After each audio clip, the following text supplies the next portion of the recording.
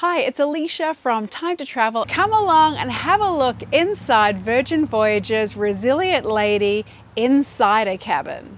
The Insider Cabin is 177 square feet in size.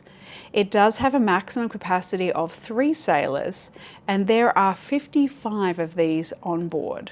So here we have an Insider Cabin, 9268M being for the middle. Come on in. This is actually a 2-berth cabin. They do have social insiders, which can accommodate up to 4 sailors. This one is just a 2. But as you can see, very similar to the other types, the sea terrace cabins. Here with your hanging space, you've got your baskets down at low, regulation cupboard,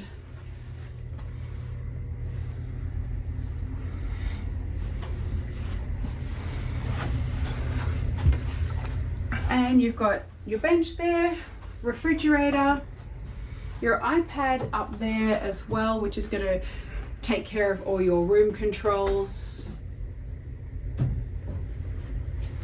Like I said, it's like the other cabins. You've got your plug points there, European, US, USBs.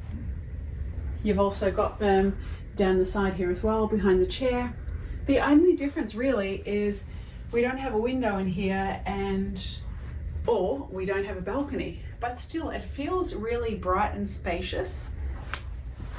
If you have a look over the other side of the bed, you've got your USBs and US outlet as well. There's a lot of storage underneath the bed, as well as a drawer here, which is basically this full size. And these beds actually can convert to the lounger that I've mentioned in the other rooms.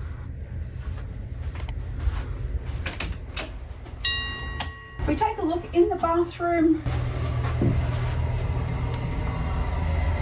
the bathroom pretty much is the same size as the Solo Insider, so it's compact on space, but that rain head shower really does make up for things. And you've got your handheld there as well.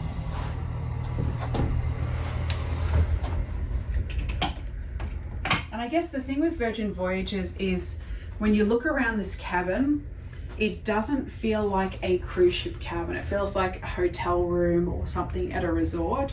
And I actually really like it. We've stayed at a lot of insider cabins along the way. We did 23 nights at an insider cabin on a different cruise line, and this is probably my favorite, well, hands down, is my favorite insider cabin of all the fleets. Nicely done, Virgin, nicely done.